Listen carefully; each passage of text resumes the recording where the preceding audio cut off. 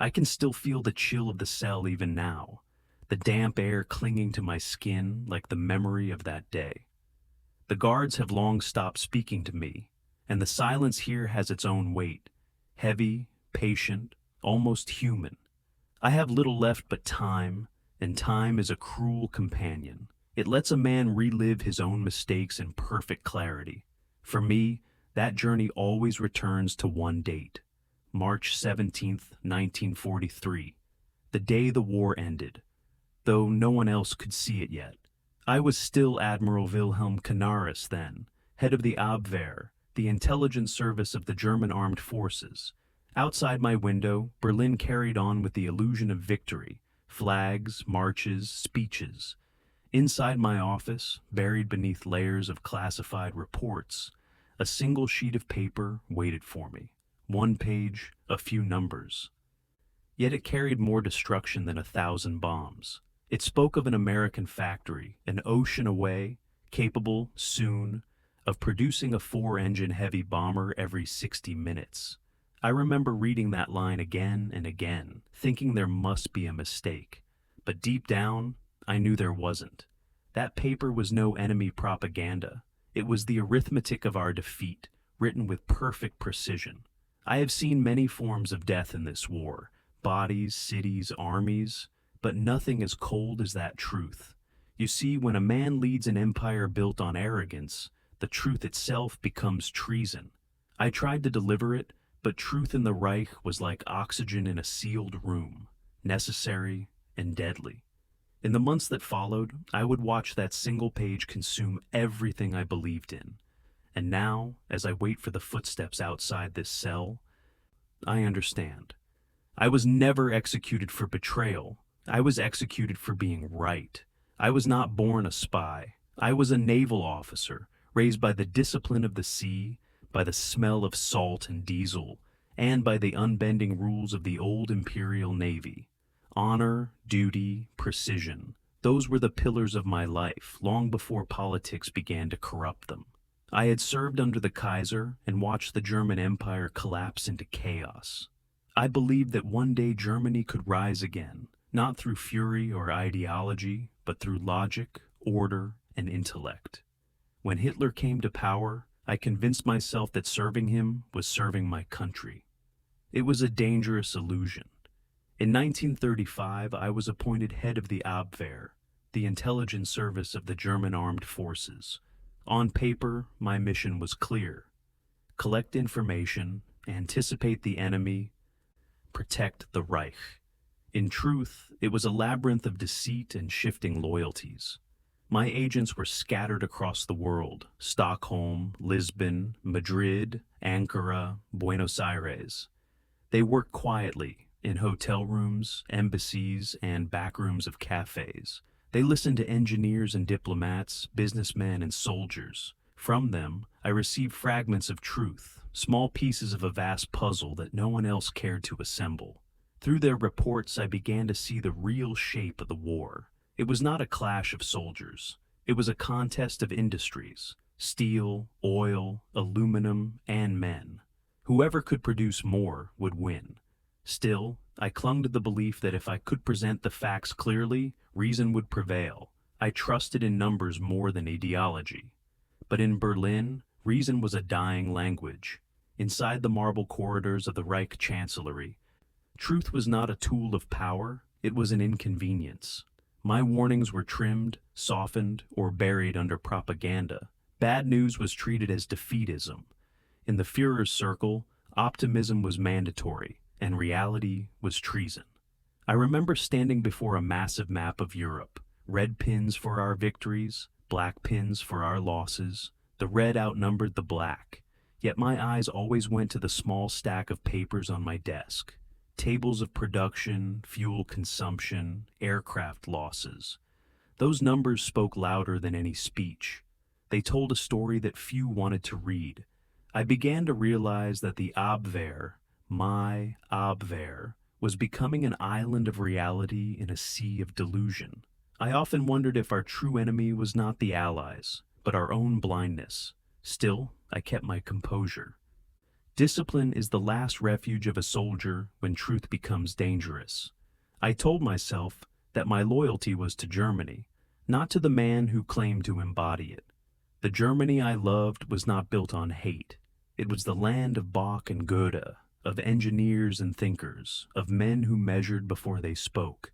That Germany was vanishing, replaced by shouts and symbols. I wanted to preserve what remained, even if it meant serving among those who were destroying it. I believed that knowledge could still save us, that if I continued gathering facts, real, cold, mathematical facts, someone, somewhere in power, would finally listen. Perhaps that was my greatest mistake, thinking that truth could change minds already closed. Yet, I kept going, because a man like me, trained by the sea, understands one thing: when the storm comes, you do not abandon the helm. You hold your course until the very end. The first whispers reached me through the gray channels of neutrality, soft, uncertain, and easy to dismiss. A coded message from Stockholm spoke of an American factory unlike any other, so vast that it was said to have its own weather. At first, I thought it was a metaphor, a poetic exaggeration from an overzealous agent. But a week later, a report from Madrid mentioned the same thing.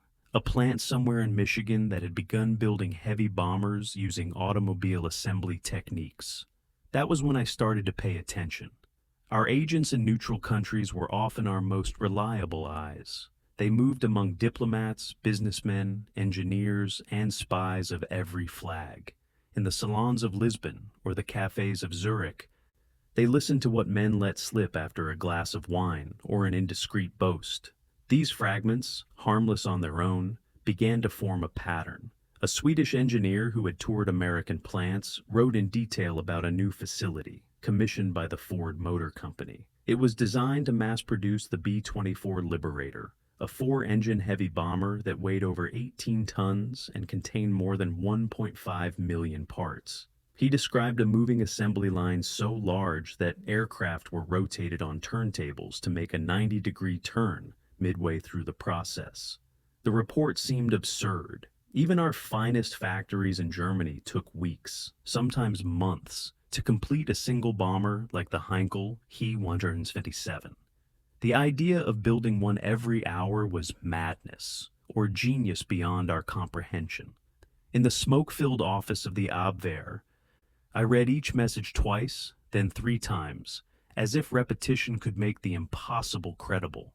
My analysts were divided. Some dismissed the claims as Allied propaganda meant to intimidate us after Stalingrad. Others, those who had seen American industry before the war, looked uneasy. One of them said quietly, "Herr Admiral, if these numbers are true, the war is already over." I did not answer. I merely nodded and filed the report into the drawer marked Strategic Industrial Developments, United States. I wanted confirmation. For weeks I ordered cross-checks from multiple stations: Bern, Stockholm, Madrid, Ankara. The same story kept returning, like an echo from across the Atlantic. An industrial giant was awakening.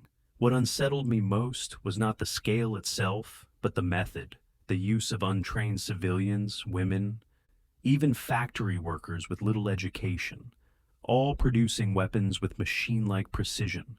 It contradicted everything we believed about discipline and hierarchy.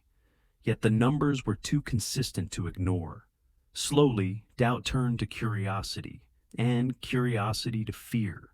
Something enormous was taking shape in America, and the winds of that creation were already blowing toward Berlin. All the reports, scattered and uncertain at first, began to converge on a single name: Willow Run. It appeared again and again, whispered through cables from Stockholm, Bern, and Madrid, like the refrain of an approaching storm. The Ford Motor Company had built it on a stretch of Michigan farmland, a plant so vast that one of my agents called it the most enormous room in the history of man. The main assembly line ran for more than half a mile, turning sharply midway to avoid a county tax line. A strange detail, but one that made every report identical. That was how I knew the intelligence was real. The numbers were staggering. 42,000 workers, nearly a third of them women, with shifts running day and night. 9% were African American, 3% classified as disabled, yet all of them worked side by side, producing the same machine, the B-24 Liberator, an 18-ton heavy bomber with more than 1.5 million parts. The goal: one finished aircraft every 60 minutes. I sat in my office, a pencil in hand, and did the arithmetic myself. One bomber per hour meant 24 a day, over 700 a month, from a single factory. At that time, the entire German aircraft industry, with all its Aryan genius, could not match half that output. Even if the Americans reached half their target, the consequences were catastrophic. I remember staring at the map on my wall, at the tiny black crosses marking Allied airfields across England, and feeling a chill that no winter could explain. My analysts fell silent when I shared the figures. Some simply shook their heads, others laughed nervously, but I saw in their eyes the same realization I felt. This was not rumor or propaganda. It was mathematics, and mathematics has no mercy. A report from our Japanese allies confirmed it independently. Their naval attaché in Washington wrote that American production had become an avalanche beyond comprehension. I believed him. The Abwehr's own sources in Detroit described an industrial rhythm so relentless that even the American press could barely keep up with its growth. The more I read, the more I understood that Germany was not fighting an army. It was fighting a factory. The war we imagined, of courage, strategy, and command, was already obsolete. What loomed over us now was a machine war, driven by people who believed in quantity as a form of victory. I put down my pencil and whispered to myself, if these numbers are true, then Germany has already lost. It was not despair I felt, but a kind of cold clarity. The enemy had revealed its greatest weapon, and it was not a bomb or a gun. It was the assembly line. The room smelled of tobacco, paper, and stale confidence. Thick curtains kept out the daylight, trapping the yellow glow of the lamps that hung over the table.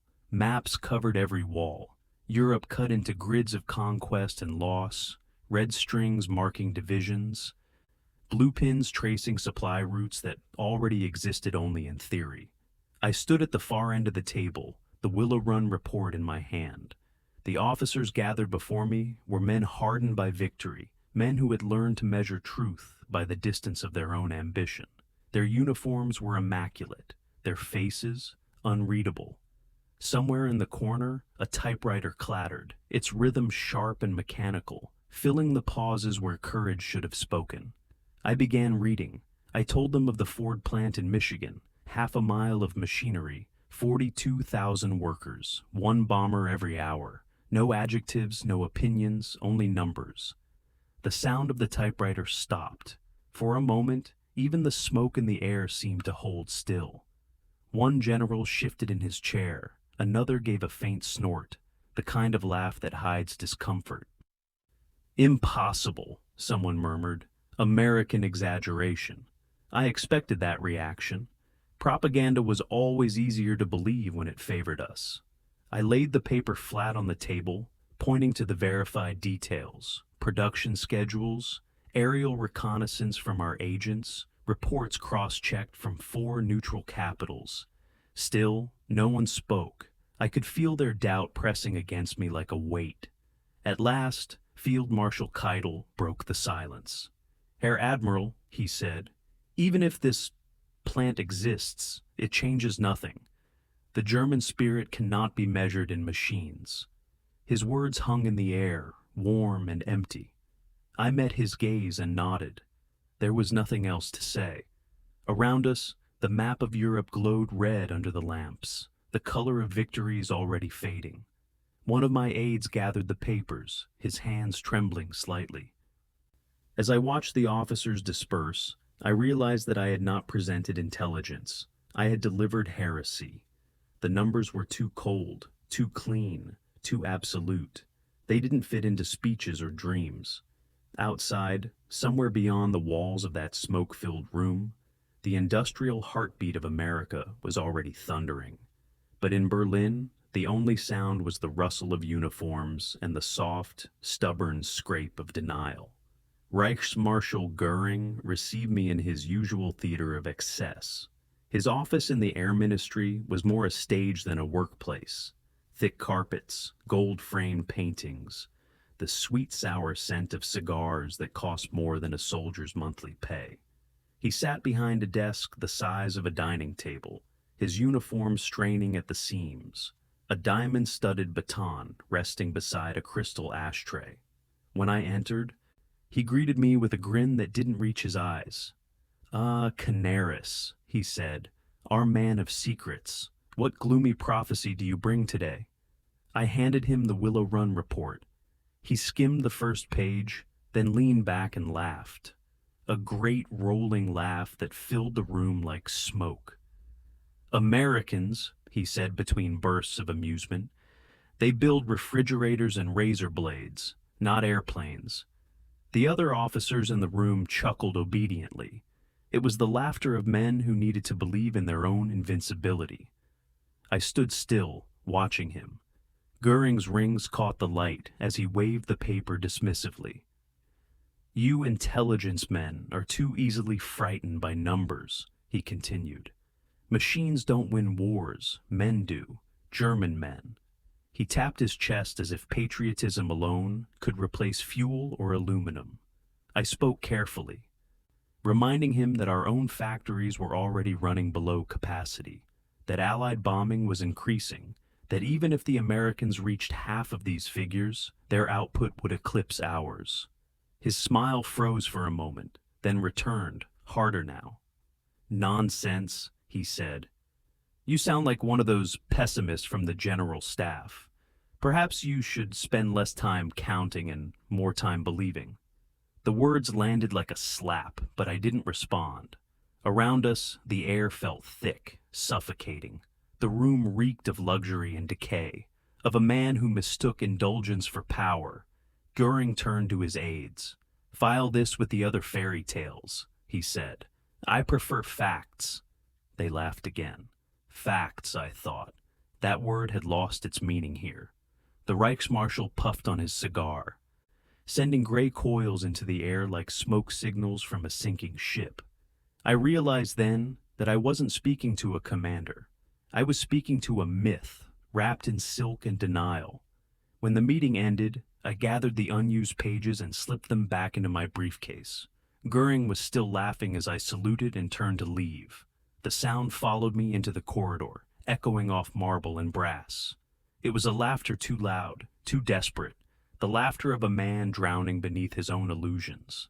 As I stepped out into the cold air, I knew with certainty the truth had just been shot down, and no one had needed a gun.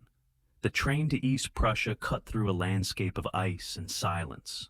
The windows were rimed with frost, the forests outside standing like black spears against the snow. I kept the Willow Run report inside my briefcase, bound in leather as if the weight of the truth required a coffin of its own. Every mile closer to the wolf's lair felt like descending deeper into something alive, an organism made of paranoia and power. The closer you came, the more the air itself seemed to harden. At the last station, we changed to a convoy of black staff cars. Soldiers in white camouflage lined the forest road, their rifles glinting under the pale light. The checkpoint barriers rose and fell like the slow, rhythmic pulse of a creature guarding its heart. No one spoke. The tires crunched over frozen gravel, and somewhere in the distance, dogs barked. When we entered the outer compound, I caught the first glimpse of the Führer's headquarters, bunkers half buried in snow, radio antennas jutting up like broken bones. The air smelled of diesel, pine, and fear. Each gate led to another, narrower than before. Papers were checked, signatures verified, orders repeated twice in whispers. Even the guards looked afraid, though none would admit it. Inside, the temperature dropped further. I felt it not just in my hands, but in my stomach, as though the cold had learned to creep through thought itself. The corridors were lined with maps, photos, and slogans, a geography of delusion wrapped in concrete. I thought of how far this fortress was from the world it tried to command, far from Berlin's chaos, far from the truth that was slowly closing in from every direction. I imagined the meeting to come.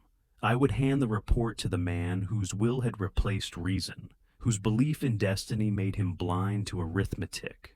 I knew I would be walking into a chamber where facts were flammable. As our car rolled to a stop before the final bunker, snow began to fall again, soft, endless, indifferent. I looked up at the gray sky and realized that even the weather here seemed staged, as if nature itself were under orders. A sentry opened my door. "Herr Admiral," he said, voice low and uncertain. I nodded, stepped out, and felt the snow crush beneath my boots. Ahead lay the wolf's lair, and for the first time in my life, I understood what it meant to walk willingly into the belly of a beast. The air inside the conference room was dense and sour, heavy with smoke and tension. The Führer sat at the head of the table, flanked by his ministers like statues guarding a shrine. His eyes, pale and restless, darted between the papers before him. I placed the Willow Run report on the polished wood, the pages trembling slightly under my hand. "My Führer," I began, "this information comes from multiple verified sources. It concerns an American factory capable of producing a 4-engine heavy bomber, one every hour." The words felt fragile against the silence. Hitler's gaze lifted slowly, fixing on me with a glare that could have frozen water. For a heartbeat, no one moved. Then his voice came, sharp and rising. "Lies," he hissed. "Jewish lies. American propaganda designed to break our spirit." His hand slammed down on the table, rattling the glasses. "You, Canaris, you of all people, should know better than to believe such nonsense." The outburst echoed through the bunker like artillery. I did not flinch. "My Führer," I said quietly, "these figures are confirmed by our own agents and by our allies in Japan. Even a fraction of their output would—" "Enough!" he roared. "I will not hear it." His face flushed red, veins standing at his temples. Around him, no one dared breathe. Albert Speer, sitting to my left, stared at the table, his hands folded, lips pressed thin. He said nothing. He didn't have to. The silence was an admission. Hitler's anger shifted from me to the papers, as though the ink itself had betrayed him. "Do you take me for a fool, Admiral?" he spat. "Do you think I do not know the strength of the German people? We will outlast them by will alone." I realized then that I was not speaking to a leader, but to a faith, a religion of denial. Logic had no language here. The truth lay gasping for air in the thick smoke, crushed beneath the weight of belief. I gathered the papers, unsure whether to protect them or bury them. When I looked up again, the meeting was over. Hitler had turned his back, already talking of wonder weapons and destiny. I walked out slowly, my footsteps echoing down the concrete hall. And in that moment, I understood. The war had ended. Not on the battlefield, but here, in this room, where truth had finally been strangled to death. It began as a rumor in the spring of 1943, reports of increased bombing sorties, new formations appearing over the North Sea, squadrons so large our radar screens blurred into solid light. By early 1944, the rumor had become thunder. From my office in Berlin, I read the daily air raid summaries. Cities that once existed only as names on maps, Regensburg, Schweinfurt, Bremen, were now footnotes of ash. The reports came faster than they could be filed. B-24 Liberators sighted over Brunswick, 400 aircraft in tight formation, 120 intercepted, 80 lost, targets destroyed. Numbers. Always numbers. They no longer belonged to production charts, now they were death statistics. I would trace my finger down the columns and think of the page that had started it all. The Willow Run report. Dismissed, ridiculed. buried under laughter. The machine had come to life. In February 1944, the Allies launched what they called Big Week, a coordinated assault on the German aircraft industry. Thousands of bombers, many of them B-24 Liberators built at Willow Run, darkened the sky. The 8th Air Force struck by day, the RAF by night. Their targets were our factories, our fuel, our lungs, and they came without pause, wave after wave, until the very air seemed to hum with inevitability. The German people looked up and saw not clouds, but a ceiling of metal. One Luftwaffe general recorded in his diary, "Yesterday, 1,000 American bombers destroyed Leipzig. Reichsmarschall Goering still insists they cannot have built so many aircraft." Another wrote simply, "We are being buried by arithmetic." I remember reading those lines in a classified summary and feeling something close to pity, not for the generals, but for the blindness that had guided us here. Our fighter squadrons were brave, but bravery has a breaking point. For every Messerschmitt that rose, 10 Liberators crossed the channel. For every airfield rebuilt, another was erased. The sound was constant, an iron heartbeat overhead. I would stand by the window during alerts, watching the searchlights wander through the haze, and think, this is what inevitability sounds like. The Abwehr's radio intercepts confirmed what I already knew. The Willow Run plant alone was delivering over 650 bombers a month, running day and night in a rhythm that no nation in Europe could match. Reports from Japan called it a miracle of mass production. I called it something else, the revenge of numbers. Even Hitler could no longer deny the consequences. Fuel convoys stalled, rail lines shredded, factories silenced. The once proud Luftwaffe, the sword of the Reich, had become a collection of empty hangars and photographs. In the ruins, the echo of his words, "Machines don't win wars," came back like a curse. I no longer bothered sending updates. Truth by then had no audience.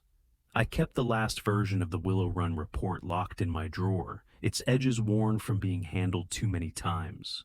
Sometimes, late at night, I would take it out, read the figures once more, and feel a strange calm. Mathematics had outlived ideology. It required no faith, no speeches, no banners. It simply waited, patient and merciless. And when its moment came, it did what men could not. It brought judgment. One evening, as the sirens wailed again over Berlin, I stepped outside the Abwehr compound. The horizon burned red where the bombers had passed. Above me, the sky growled, a living creature made of engines and flame. I whispered to no one. So, this is how truth returns. Then I watched as another formation of liberators carved their way east, their silhouettes swallowing the stars. And I thought, not with bitterness, but with certainty. Mathematics had taken its revenge. They began to watch me long before the handcuffs came. You could feel it in the pauses between greetings, in the way conversations shortened when you entered a room. The SS had learned patience. They didn't need proof, only suspicion, and I had given them plenty. The Abwehr had become a sanctuary for men who still thought, and in the Third Reich, thought itself had become a crime. I used my position as camouflage, shielding those who still believed Germany could be saved from itself. One of them was a quiet pastor named Dietrich Bonhoeffer, a man of faith, not politics, who carried courage the way others carried weapons. I helped keep him safe as long as I could, arranging transfers, hiding his correspondence. Each act felt small, but in a regime built on fear, small mercies were rebellions.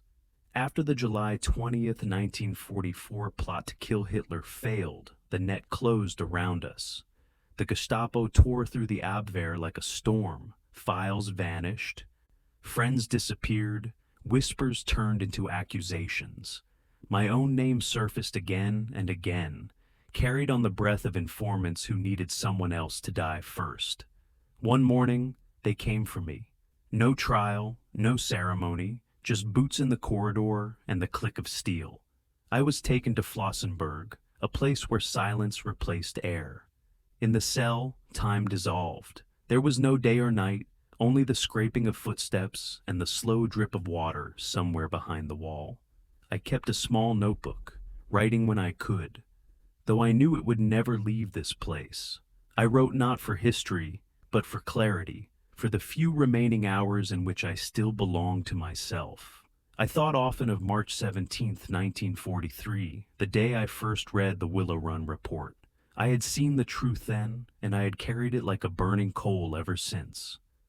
It had lit everything I touched, and in the end, it consumed me.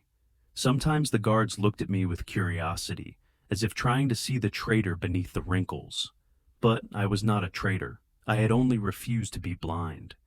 In the evenings, when the wind swept through the cracks of the cell, I would whisper a prayer I no longer believed in, more habit than hope. I knew I would not survive. The machine I had once served was now devouring its own engineers. On the final night, I heard the doors open, boots on stone, voices calling names. I closed the notebook, placed it on the cot, and straightened my collar. When they led me into the courtyard, the sky above was black and silent. No bombers, no thunder, only the quiet of an empire collapsing in slow motion.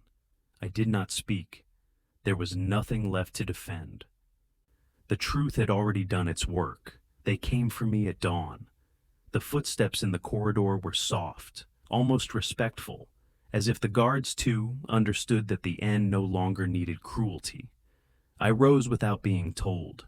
The cell was bare except for the notebook on the cot and the echo of my own breath.